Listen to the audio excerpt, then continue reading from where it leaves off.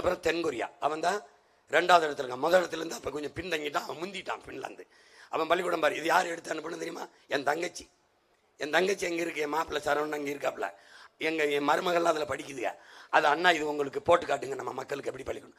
அவனுடைய போக்குவரத்து, அவனுடைய நீர் மேலாண்மை எல்லாம் சிறப்பாக இருக்கு.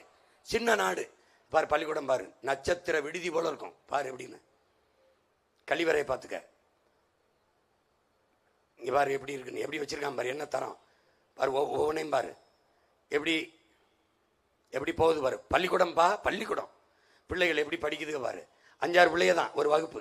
தொடக்க மற்றும் நடுநிலை கல்வி கட்டாயமாகும். எல்லாருக்கும் கட்டாயமாக கல்வி கொடுக்கணுங்கிற சட்டம் வச்சிருக்கான்.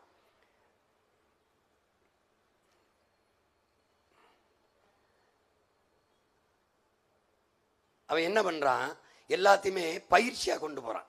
பாடமாவே புத்தகத்தில் இல்லை. இங்க பாரு, சிங்கப்பூர். நீ என்ன நினைக்கிற? நம்ம சிவகங்கை அளவு தான் சிங்கப்பூருக்கு. முதல்ல சொல்லிட்டேன். அவன் 3வது இடத்துல இருக்கான் கல்வியில். முதல்ல ஃபின்லாந்து இருக்கான், 2வது தென்கொரியா இருக்கான், 3வது இடத்துல சிங்கப்பூர் இருக்கான். இத்தினின்றா நம்ம சிவகங்கை மாவட்டம் தான்.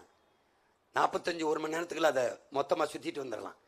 அப்போது ஒரு சின்ன நாடு சிங்கப்பூர் கொடுக்க முடியாது. உன் மகன் சீமானால் கொடுக்க முடியுமா? முடியாதா? லீக்குவானியால் முடியும், உன் மகனால் முடியாதா?